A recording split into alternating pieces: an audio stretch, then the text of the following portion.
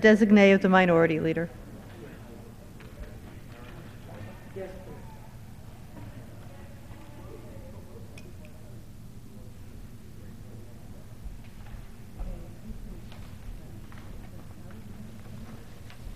Thank you, Madam Speaker.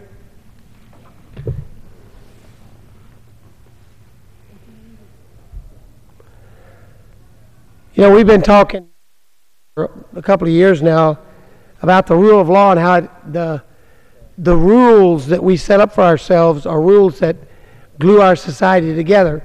But there are times when there are rules that people have a misconception about, and this happens more and more when you're back home. Somebody will come to you in the business community or even in their personal life and complain about some way that the government was interfering with their lives.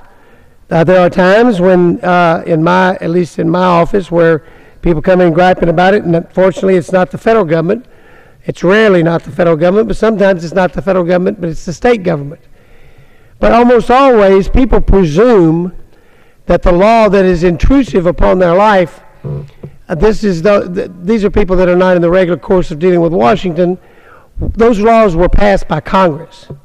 So therefore Congress did this to you. And in a way, it's true.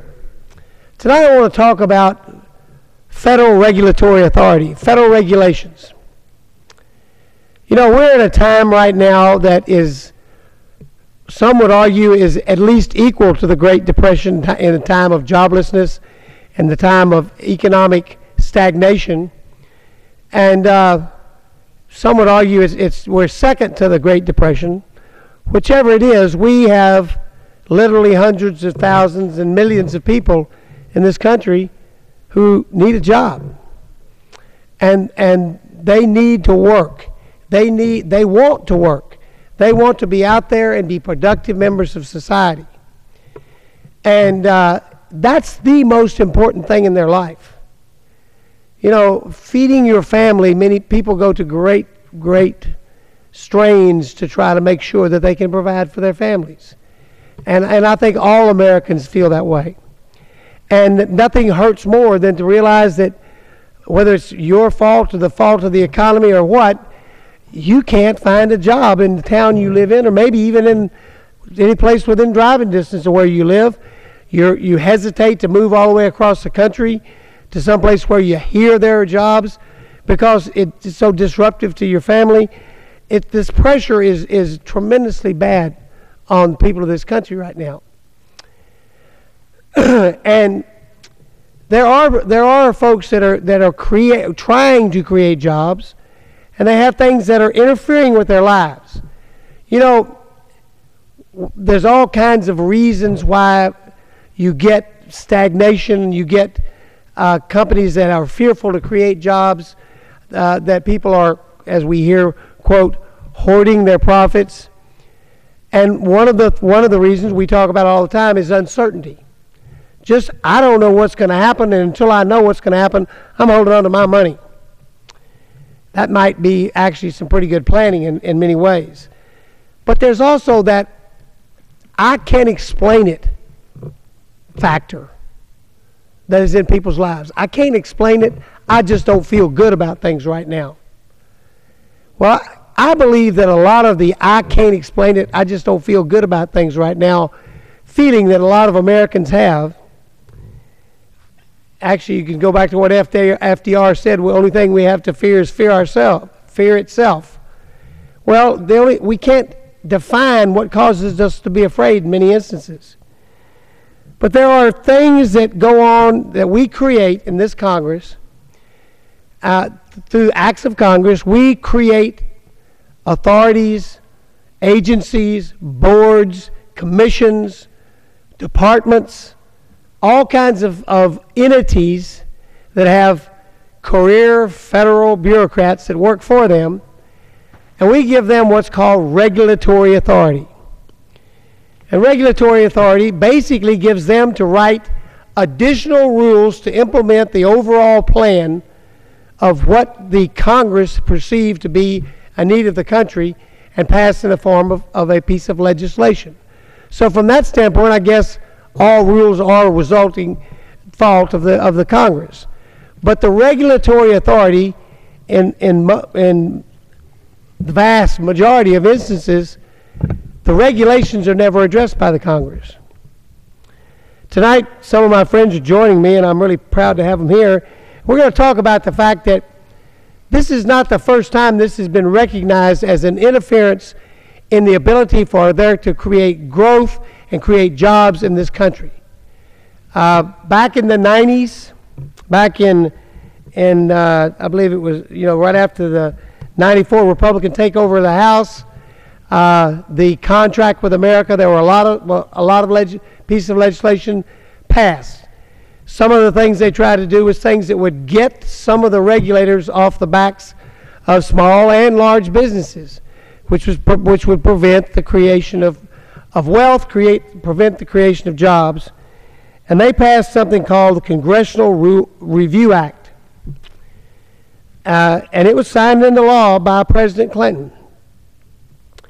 The Congressional Review Act requires all federal agencies to submit any new major regulation.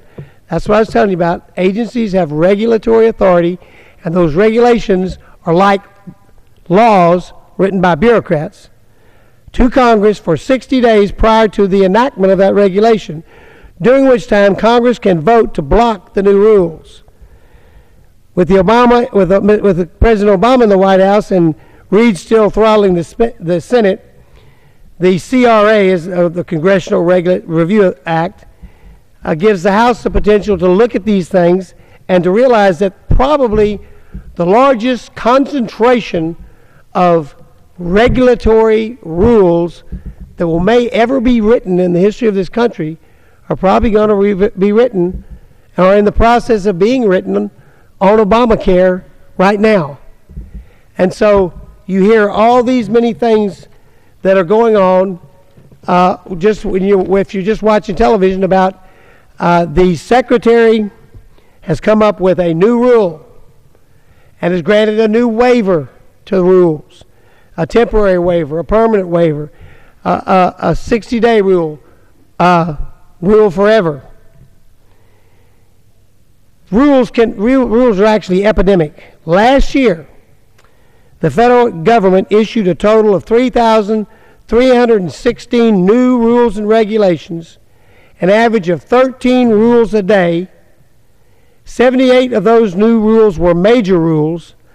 A major rule is any rule that may result in an annual effect on the economy of $100 million or more, a major increase in cost or prices for consumers, or significant adverse effect on the economy. We are already seeing that Obamacare seems to be the mother of all rules. The Congressional Research Service reports that Obamacare gives federal agencies substantial responsibility and authority to, quote, fill in the blanks, fill in the details for the legislation that was passed by this Congress and submitted for regulations.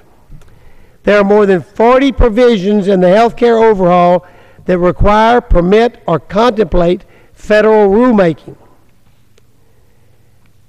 We have this tool called the CRA. And I've got a board here that tells you a little bit about it. And I've told you some of it. It was passed as part of the Small Business Regulatory Enforcement Act, Fairness Act of 1996, part of the Contract of America Advancement Act of 1996. The purpose was to allow Congress to review every new federal regulation issued by the government agencies or passed by the joint resolution and overrule that regulation. The way it works is the federal agencies shall submit to each House of Congress and to the Comptroller General a comprehensive report on any major proposed rule. Congress has 60 days to pass a joint resolution of disapproval of any rule. The Senate must vote on the CRA resolution of disapproval if this House votes to disapprove the rule. So that's the way it works. And this is a tool that I have a lot of questions with. I used to, my first job out of law school, when I was a young, stupid lawyer, was, and had a lot to learn, was to be drafting legislation for the Texas Legislative Council. And I didn't learn a lot there, but I learned one thing. When the word shall appeared, it meant you do it. If it said may, you had options, other options you could take. But if the legislation says shall submit, you shall submit it. You should do it. You have to do it. But interestingly enough, I don't think that this tells you what happens if you don't. So there are a lot of questions in this bill. This bill needs some further work.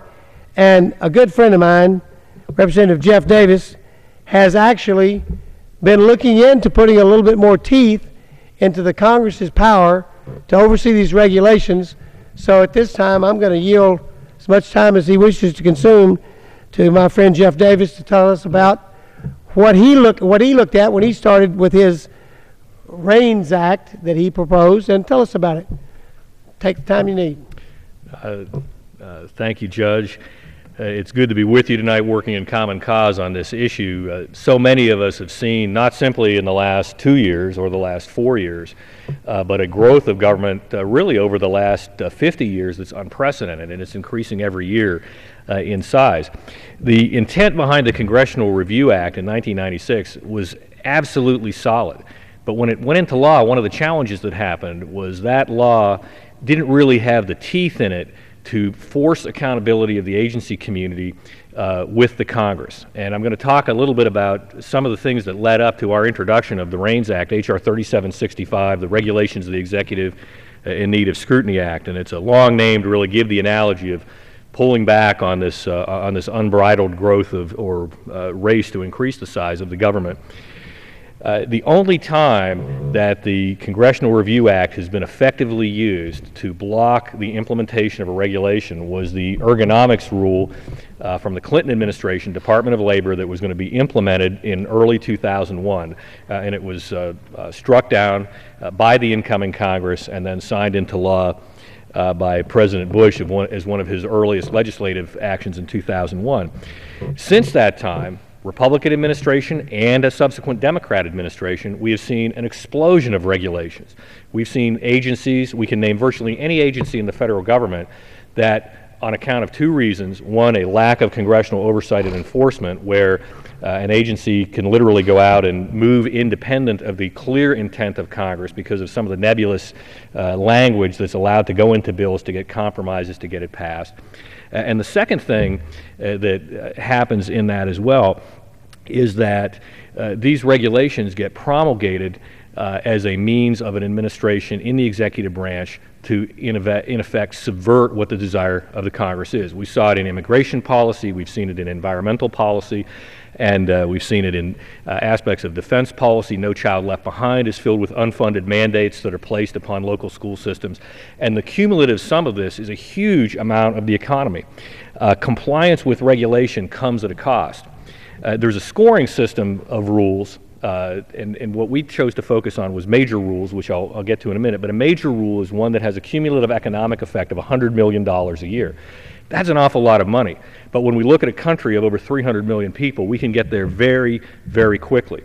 Let me give you a personal example, and for people who might be watching this broadcast tonight, I ask you this question. Has your sewer bill gone up or your water bill gone up in the last 5 years?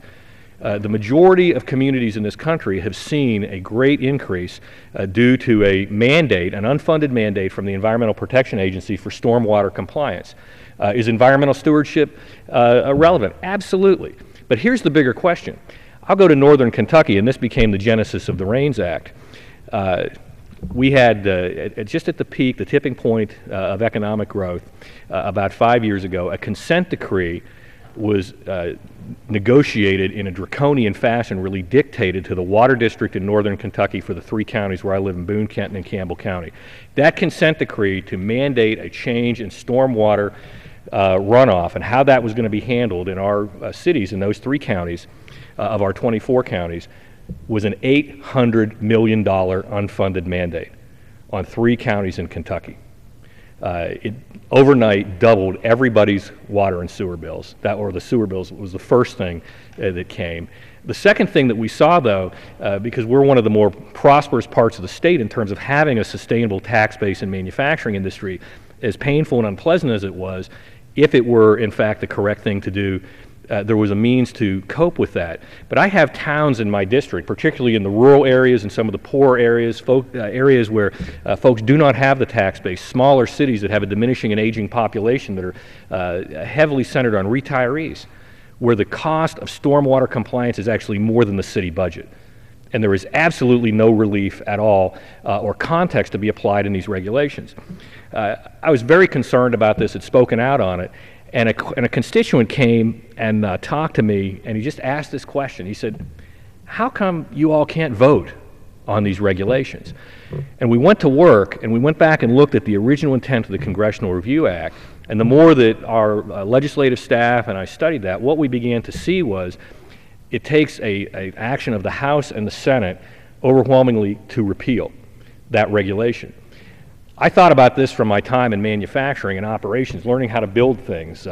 If we can create something the equivalent of a stoplight that will simply stop the process, that becomes the basis of this, and that was the genesis of what became the RAINS Act. There is no way for accountability to be given to the American people. When it's a faceless executive in an agency, when it's a department, a sub-department within an agency that issues a regulation, comments are rarely carried out. As you noted earlier, we very rarely actually see those regulations briefed. It just comes in a thick congressional register of thousands of pages. And here was the thing that, that came to mind when we looked at that idea of how to deal with this from a voting perspective. What my friend shared opened our eyes to do an amendment to the Congressional Review Act that would change the nature of it from Congress has the option to. As you know, our good friends in the Senate are somewhat slower than we are in being able to get things done. There are more abilities to throw a stumbling block in place. And we decided just to take that same idea. Let's create a mandated process that in fact will force these regulations to be vetted so the American people have somebody to hold accountable. If the head of the EPA, for example, regional director of the EPA, came into my district in August and made a statement to the effect of, if we have to put you all out of business and you have to move to other parts of the country that have a policy that we think is more acceptable, then so be it. But there's no ability for them to, in effect, strike back at the ballot box, to express another opinion. And these are not people that disagree with the EPA as an agency, or any other agency for that matter. It's a question of constitutional authority, and it should be vested here. The power of the purse is in the House of Representatives, and the financial impact of these regulations should be in the House as well. And this is what we propose with RAINS. To rein in the government, when a regulation of this magnitude is proposed, what would happen is that at the end of the comment period, instead of being enforced unilaterally upon the American people or being in endless court or remediation fights, what would happen very simply is those bills or those regulations would come back here to Capitol Hill. We would have a standalone up or down vote, a no excuses vote, where members of Congress of all 435 districts would have to vote and be accountable back to their citizens for the decision they took. If we're going to have an $800 million increase in water and sewer bills, they would vote. If we're going to increase the unfunded mandates on our schools, there would be members of Congress and of the Senate who had to take that vote. I think it would have a restraining fact, knowing that people had an out, that there was accountability. This extends into so many areas with EPA rules, with the multiple rules that you mentioned, with healthcare, with the new financial regulations. We could go on ad nauseum. And the sum of this economically is devastating to our country, and it moves us away from looking at ways to be more efficient. I say put the stop in place. This bill will do that. The RAINS Act, H.R. 3765, makes us all accountable to our citizens. And the benefits of this are twofold. The first benefit that comes out of it is that this is nonpartisan. In the Bush administration, as some of us have talked together, we noticed regulations that were being brought about and implemented that were against the better interests of our economy, of our communities in many parts of the country. There wasn't an open and public debate to be able to address that. And the thing that this would do is it would push power back to the legislature where it needs to be, stop the unbridled growth of the executive branch so voters always have a say. The second thing I believe it would do, and we saw this with the health care bill, 2,700 pages, much of it nebulous language that was given to us on midnight Friday before a Sunday vote. on that bill. There was no way to fully vet the consequences of that. I believe that a bill like this, or what the REINS Act would do, is take those rules and it would lead to more streamlined, crisp, and eloquent legislative language that had the very clear intent of Congress stated, and avoid the ability of any outside agency to subvert the will of Congress. And with that, I just appreciate being part of this discussion tonight, and yield back. I thank you. I thank the gentleman for yielding back, and my good friend from Georgia, Mr. Lynn Westmoreland, Congressman from Georgia, is here, and I want to let him make the comments he wishes to make. Well, I want to thank my friend from Texas and also my friend from Kentucky for introducing the REINS Act, and especially the gentleman from Texas for your work in this body late at night like this, talking about things that we need to do and what the public expects us to do as far as ethics and as far as reining in some of the government that we have. And it's, you know, I think what a lot of people don't understand is that this new TSA ruling, this is something that did not come out of Congress. That's this right. This came out of the Department of Homeland Security making their own rules.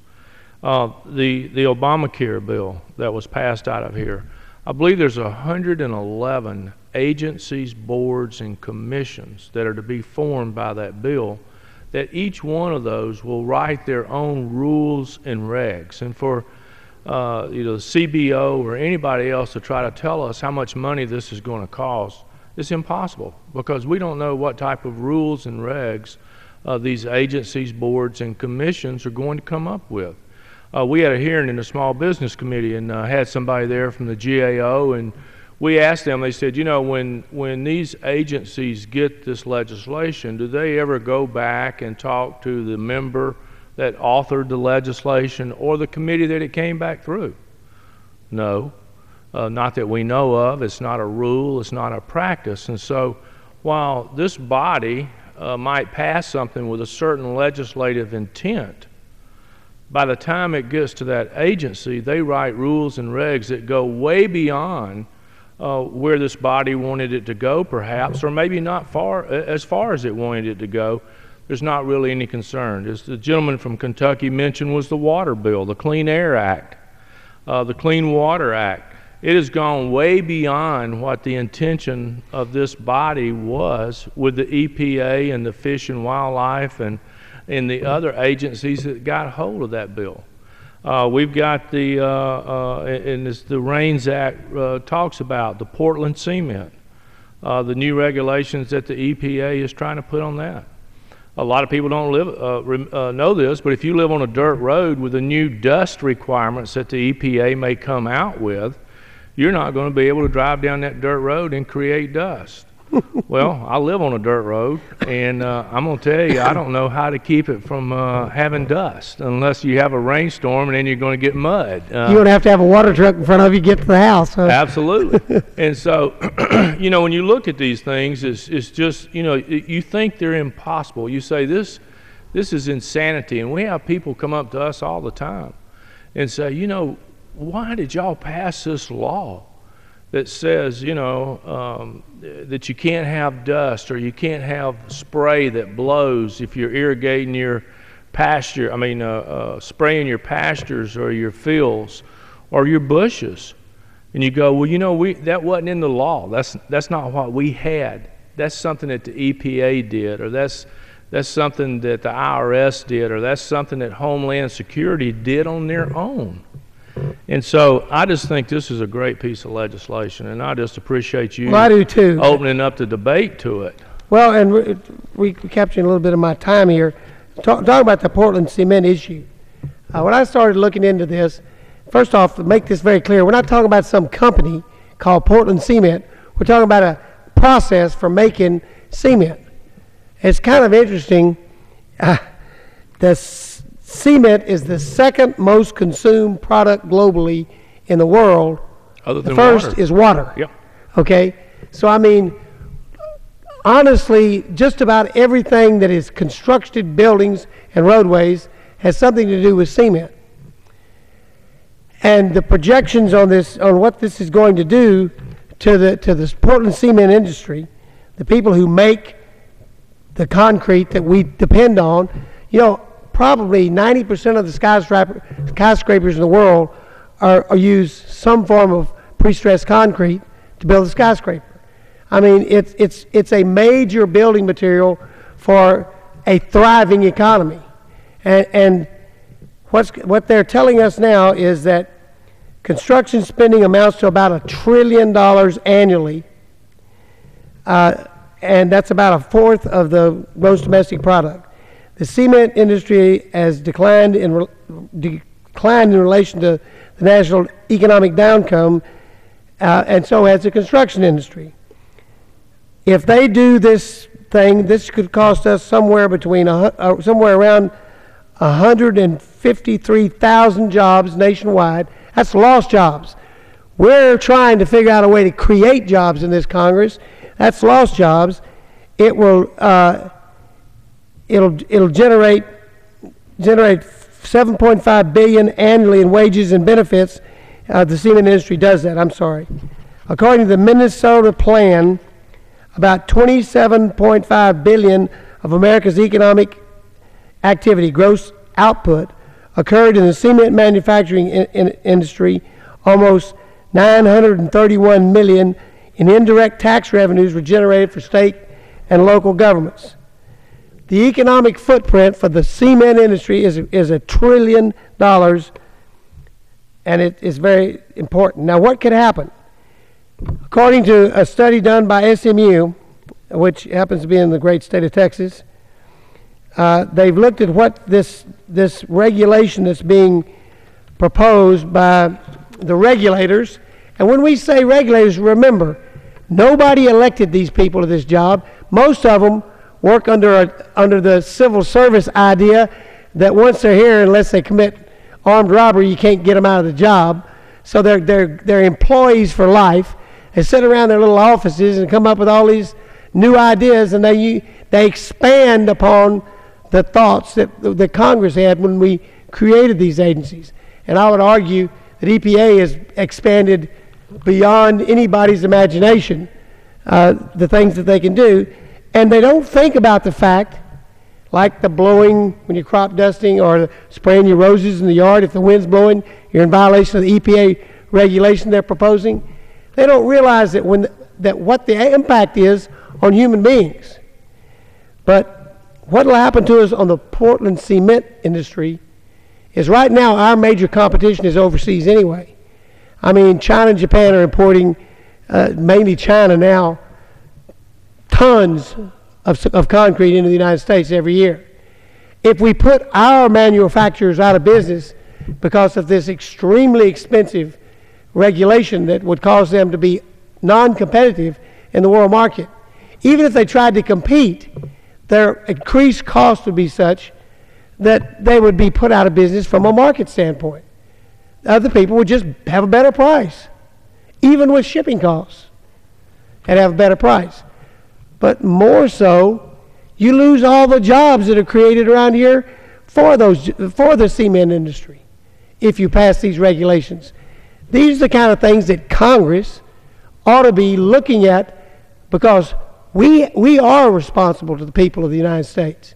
This House is it's called the People's House, because every 2 years we have to look our neighbors in the face and answer those questions that you were pointing out your neighbors ask you about why in the world did you guys do this? Well, we're getting blamed for it anyway. We ought to at least look into it, and if we can do something about it, we ought to do something about it. I see Congressman Davis is back. I'm glad to see you. We were talking about what this Portland cement case, what it's going to do to the cement industry, and it quite honestly, it's disastrous. I would agree wholeheartedly with you. In fact, we can extend that almost into every area of small business. For those who have experience in manufacturing and any number of business areas that deal with, or construction that deal with the use of various chemicals, resins, compounds, there's a compliance requirement called Material Safety Data Sheets, MSDS compliance, that requires a very large amount of documentation in a business. And we look at the Portland Cements, which are very large businesses that have these burdens placed upon them that are very high, but even very small businesses. I saw, working with many manufacturing companies in my time before coming to Congress, in the 12 years before coming to Congress after I left the service, that these regulations create an undue hidden tax on America's ability to compete. And it's not the idea of being anti-regulation. I think standards can be very good and very helpful, but it's the point at which that compliance is mandated in the context of that. The case in point, I think that we see is, or that I saw that typified this more than anything else, was with my dry cleaners that I had used for years before I ended up running for office. It's called Braxton's Cleaners. It was started by a couple of entrepreneurs that wanted to build this business. They built it, it grew, they had very high quality customer service. Like all of us who have started small businesses, we've encountered the issue of how to deal with all of the hidden costs that come with just running any kind of small business. Well, they hit a point where they were doing so much business, they were starting some satellite operations, that the owner decided that he would install another dry cleaning machine. He suddenly found out that by wanting to do that, he had an EPA mandate through the state environmental cabinet in the Commonwealth of Kentucky that he had to have boreholes drilled through his floor to see if dry cleaning fluid in any capacity had gotten into the groundwater. And the standard that had been levied, and this is going back to 2000, or actually to 1999, the standard that had been levied by the Environmental Protection Agency for the amount of particulate matter of dry cleaning fluid, which essentially you and I could drink it, it would be awful stuff and probably make us sick, but it's not going to kill us, had been listed with many other chemicals as a possible carcinogen. You would have to pump this into somebody's body to create a real health issue, but it was so few parts per million, it was actually a higher standard than drinking water is in our county, which is maintained at a very high standard. And and when this was found, they found 1 teaspoon of water under the concrete pad, under Braxton Cleaners in Burlington, Kentucky. The inspector said, well, you're going to have to remediate this. And his response was, well, I don't have the money to do that. And then the inspector said, you don't understand. We're going to shut you down if you don't do this. And so he spent over $50,000 in effect to tear up the floor and to clean up 1 teaspoon of water. The context issue here is this is not Dow Chemical pumping out millions and millions of gallons of highly toxic chemicals. This is the local dry cleaner. I've had friends who were auto mechanics running a small garage, built a business, and were successful entrepreneurs, taxpayers, creating jobs and growing. They run into the same kinds of issues that lose context when they are complying and they're seeking to fulfill the intent of the law. One other, before I yield back, I'll mention one other. I see the egregious example of regulatory intrusion. The purpose, for example, of the Transportation Security Administration is to provide security for the traveling public. That's the premise. I sat in here on October 31st, 2001 as a candidate for Congress during the anthrax scare, and I watched Norman Mineta, former Clinton administration Secretary of Transportation, who stayed over in the Bush administration, pleading as the father of 2 airline pilots not to implement the processes the way the TSA was going to come about. He said it will create an onerous cost, it'll create excessive burden, economic burden on the airline industry, and won't materially change the outcome of security. And he advocated a use of a much more principle-based and systemic method used by the Israelis, which involves questioning and gets the bags before they ever go into the airport. Now we find a situation where I believe personally we're getting into some Fourth Amendment grounds. Not as an attorney, I'm not saying that because I'm not one, but questioning the need for these intrusive searches of everybody in the traveling public when in fact threats have already penetrated a secure area.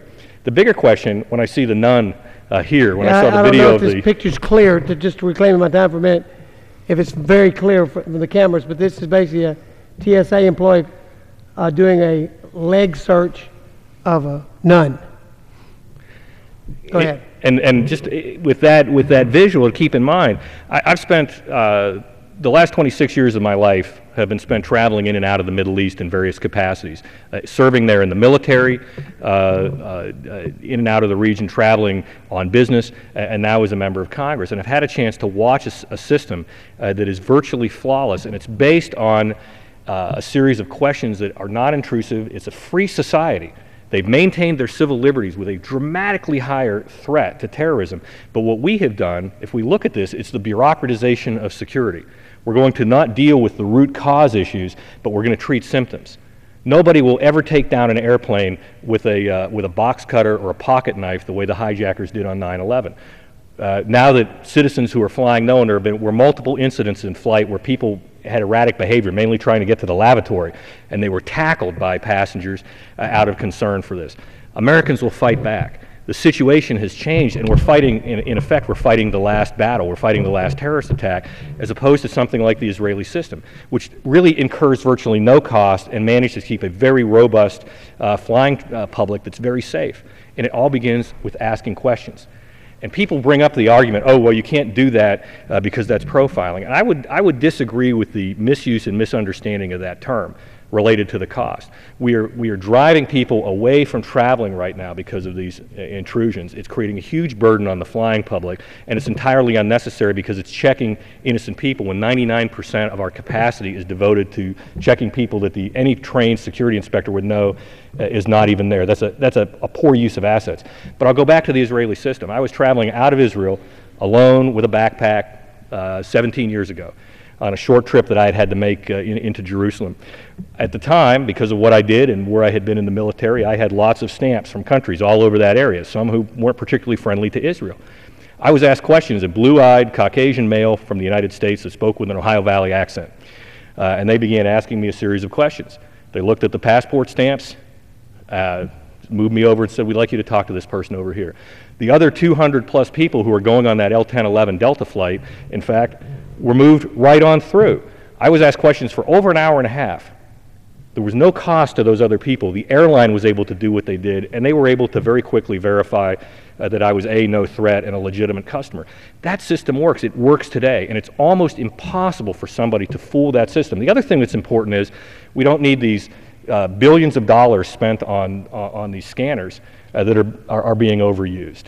Again, it comes down to situation awareness, and we can address this issue with a lower cost by stepping back and applying what you and Congressman Westmoreland have been talking about tonight, is just bringing some common sense. What's the problem we really want to solve, and give us the most flexibility and the most options to deal with this after the fact. Again, before regulations like this should be implemented, I believe we need to have a vote of Congress. Let the will of the people be made known in this, rather than just simply giving away another set of our liberties without asking that question, when in fact it comes at a significant cost. And I think if our taxpayers who don't travel regularly understood the amount of money that was spent on hardware that can still be penetrated by some type of a serious threat that was just outside that set of assumptions in TSA, we'd be in a different world. And this doesn't impute the motivation of the folks in the Transportation Security Agency. I know there's an ongoing argument below the senior management levels of what works and what doesn't work by those who've lived in that world. They lived in a high threat environment and been able to thrive. I believe we can do that, but again, let's come back to these constitutional underpinnings that regulations and rules that are going to govern the lives, the comings and goings, and the commerce of all Americans should be decided here in the House of Representatives and over in the Senate, and then signed by the President, and not done brought into being on the unilateral decision of one individual. Reclaiming my time for a moment, this morning in the airport coming to Washington, I was on one of the earliest flights going out of Austin, Texas, which we're a mid-sized city. I've never seen such lines in my life. I mean, they were a good half-mile long. They were back and forth and back and forth. And all I could think was I got there early enough that by the time I got through, I could just sit and watch the rest of those lines build up. They build up, built up, built up, built up. It's unbelievable. The guy sitting next to me said, well, there's going to be a lot of people miss their flights today. They're not going to make it. Because these were all the people, I guess, who were coming back from Thanksgiving, and instead of flying on Sunday when the cost was more, they waited till Monday to get a cheaper flight. Well, what's that going to do to the airline industry? It's going to cost. They're going to have planes flying empty. They're going to have people demanding refunds. It's going to hurt the airline industry. And what do you know, before we turn around, we're going to have somebody come in here and saying, holy cow, TSA put together this regulation, and now we've caused all these airlines to get in serious financial problems, and we're going to have to buy the airline industry, and like we bought the automobile industry. And I think we should get out of that business. That's why this Congress, or somebody who must respond to the American people, needs to be involved. And that's why I think putting teeth in the Congressional Review Act through the REINS Act is good. And I'll yield more time to Mr. Westmoreland needs. How much time we got left? 20 minutes. Okay. I thank the gentleman for yielding. And I wanted to go back to the cement. All right, let's go back to it. Being an old builder that really spent my whole life in construction, when you're talking about, do you want me to yield to the lady? You mean, okay. I'm sorry, I'll yield to the gentlelady. For yielding for an extraneous matter, and Madam Speaker, I rise to present a privilege report from the Committee on Standards of Official Conduct for filing under the rule. And I thank the gentleman for yielding and yield back. I'm sorry I didn't see you there.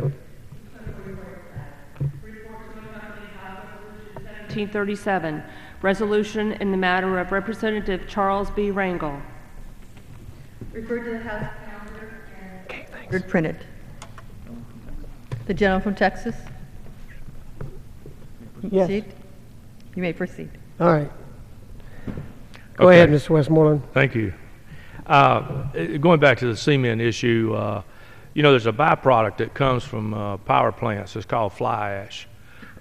Fly ash is a product that is a byproduct that comes out of the coal burning plants, and it's used in concrete, and it keeps it from setting up so rapidly to allow the people to work with it, to get a good finish on it. It takes it longer to set up. In the winter, you can either put calcium in the concrete to make it dry harder, or to at least make it dry if it's cold outside, or you can leave the fly ash out of it and use a bag mix, which makes the concrete more expensive. The EPA came out with a rule, or they're looking at a rule that would make this fly ash a toxin. And so the cement industry, the concrete industry, went to them and said, look, you know, we're mixing this stuff with concrete. Once the concrete's poured, it's encased. I mean, you know, it's part of the mix. It's concrete. And so the EP said, yeah, that makes sense. You know, it's not there, but we're still having hearings, or at least from people that are trying to help with the rule making about burying this. Because right now, a lot of that fly ash, the stuff has been taken out of the TVA where those power plants ran over, have been taken to Alabama, put in the ground and other sites. And they're trying to make a rule that make that a toxic material. Well, the concrete industry thought they had it all settled until the EPA come back and said, you know what, wonder if you recycle that concrete. Because right now everything, you know, is being recycled. I mean, we recycle asphalt, we recycle concrete, we even recycle dirt. We clean the dirt. And so they said, if you recycle this concrete, then it's going to put the fly ash back in the air. So what are you going to do with it? I mean, are you going to just bury it all now and put it in the ground, or are you going to use it in concrete? And if you recycle it, you're actually putting it to better use because you're putting it back in concrete. And so this is just, you know, another part of those stupid regulations. And, you know, I come from the construction business, and I know that we, as the new majority that comes in January, are going to do everything we can do to create jobs, and we're going to work hard at it. But until we get the construction industry back on its feet, this economy is going to be very slow to turn around. We have got to put the building industry back on its feet in doing things that the EPA is doing right now. And not only the EPA, but the Department of Labor with the new OSHA rules that are coming out. You know, it's just all different types of things that's slowing down that building industry, is slowing down our productivity that we have. And until that gets fixed, this economy is not going to recover like it can. And so I just hope that we can get something done about this, where these rules and these regs have to come back in front of us. Let us have hearings on them. At least let us give them an idea of what the legislative intent was, and also allow us to look at what these are and to vote on them, because if we're going to get blamed for it, like you said, we might as well, you know, at least have a vote on it. But when the EPA itself says that these regulations could cost the cement industry $340 million a year and decrease the production in this country by 10%. In 2007, I guess it was, or whenever we had Katrina, we had a shortage of concrete. We had a shortage of cement. And we actually, we couldn't import. There was a large import fee on it. We reduced that and started importing cement from Mexico just to make up for the difference, because we had a shortage. And now, if they continue with the regulations they're continuing with, in 5 years, we wouldn't have any more domestic cement. It would all be coming from foreign countries. And what does that do? They produce it without the same environmental regulations that we have.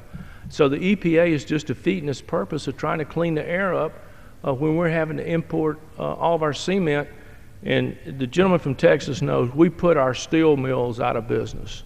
Cost thousands and thousands of jobs and money.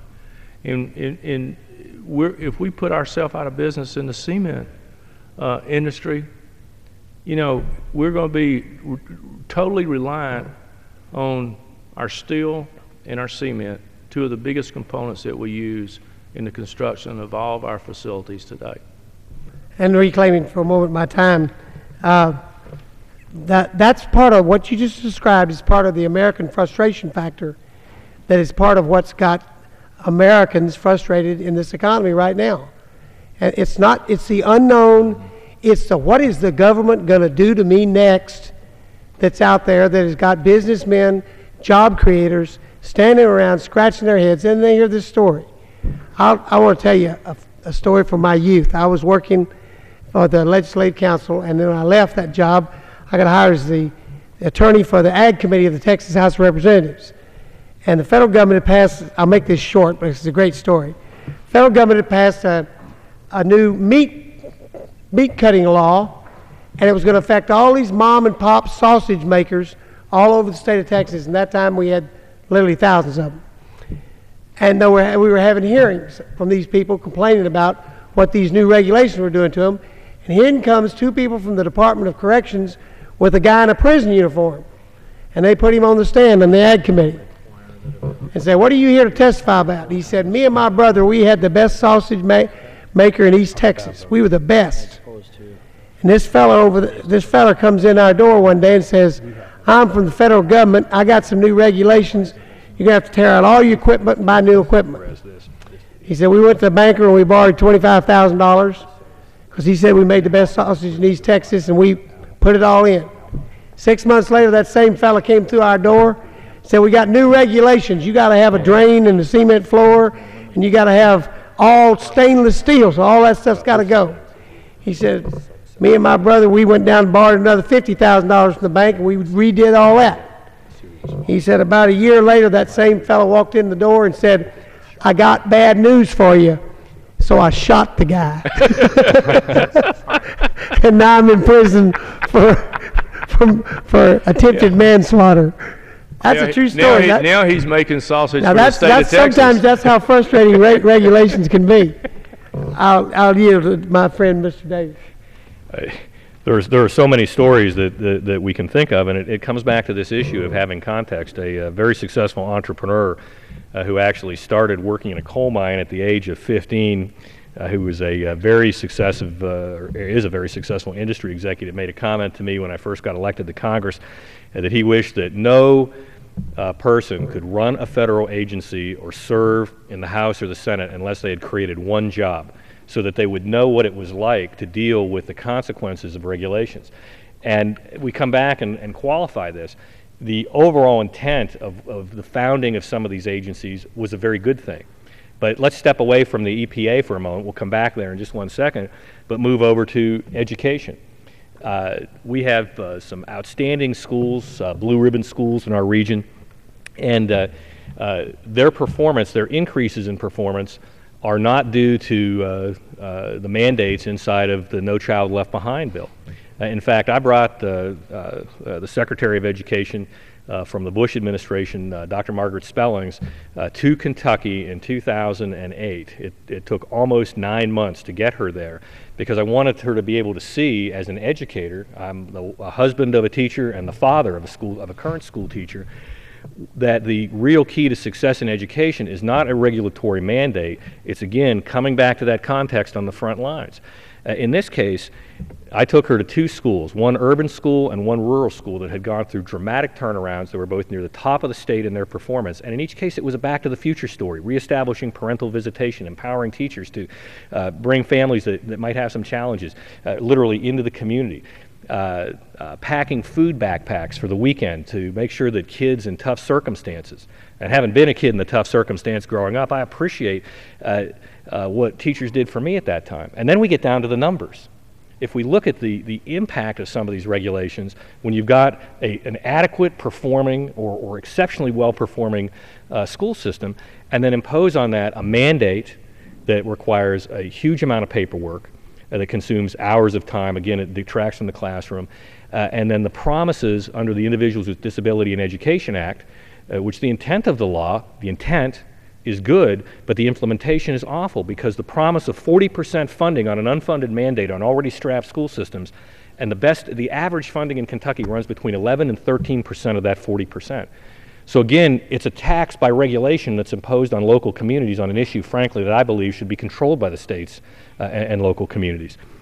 I'll give you another case in our district of a very successful young man from Lewis County, Kentucky. He ran in the current wave of activism of people wanting to make a difference to get elected county judge executive of Lewis County, Kentucky. They're in tough economic times. His name's Tom Massey. He was a stellar student at Lewis County High School, went to MIT, got a graduate degree. He invented some remarkable robotics technologies, was very successful in business, and came back home to invest in his county, not monetarily, but to make a difference and to turn them around. And energy is an issue, not only in Texas and Kentucky. We're energy-producing states. We help to run, in effect, our states are part of the engine of this nation to help lay that foundation in the base of the economy. Tom Massey came up with a brilliant idea that didn't involve coal or oil or nuclear power, all of which we should use and let the market work in this area. But he came up with an idea that would leverage the resources available in Lewis County because it has one of the longest stretches of the Ohio River of any county in Kentucky. We also have a lot of hills. You might call them mountains in Texas where you live, but hills we call them hills and hollers where we're from. And this MIT-trained engineer had a brilliant idea. And he took the equivalent of a dual-phase pump, and he had seen some examples done in other parts of the world that would create a system of 2 lakes, and we have the Ohio River flowing on the front of this, one of the largest rivers in the country. And all it would take is channeling water, pumping it up to a lake on the top of the hill, and creating, in effect, a self-replenishing hydroelectric generating system that would meet the hydroelectric needs for a good part of that multi-county area, in addition to the current base. It would create jobs. It would provide low-cost utilities so working families and the elderly and the poor would have access to electricity that would be cheap. It would be an incentive for businesses to grow and for manufacturing to come into these areas because we wouldn't just do it there. We could do it all through the river basins of our nation. He found something out in his first impact with the regulatory framework that was done out of context. This brilliant idea that would have saved jobs and created jobs in Lewis County, Kentucky. He suddenly found out that if they take water out of the Ohio River, which I must say is not one of the more pristine rivers in the country in terms of all of its accumulated detritus coming from the Allegheny and Monongahela down from Pittsburgh to Cairo, Illinois, the water, it would be considered dirty by our standards.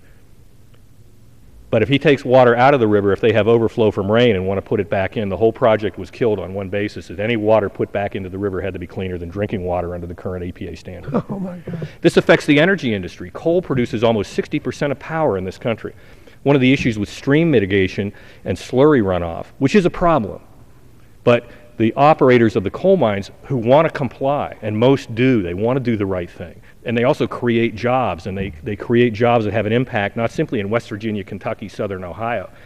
In my part of the world, they also support jobs in manufacturing in New York and New Jersey and Pennsylvania because that electricity goes by wire to other parts of the country. Basically creates the same standpoint. If an operator wants to clean part of a creek, The standard actually is for water that's cleaner than the water that already exists with the wildlife population that might be there.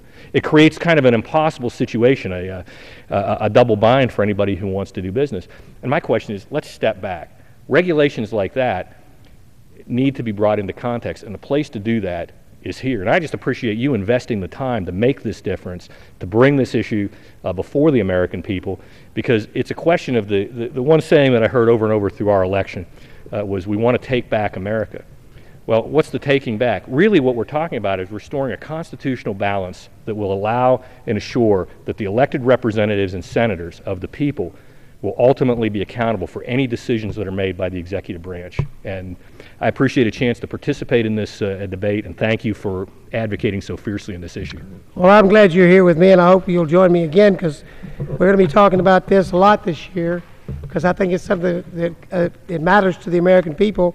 I encourage them to contact us if regulations are being a part of their life that's driving them crazy, because we want to talk about these things, and we need to get to work getting the teeth put in, the REINS Act teeth put in the previous act, so that we can actually get this accomplished and start policing up these I would say intrusive regulations that are costing us jobs, when our job here today and every day until this country's back on its feet are create jobs, not cost jobs. I think it's time for me to call it a night tonight. So we're going to rein this thing in, and I thank you for joining me tonight, Mr. Davis, and we will visit some more. Thank you.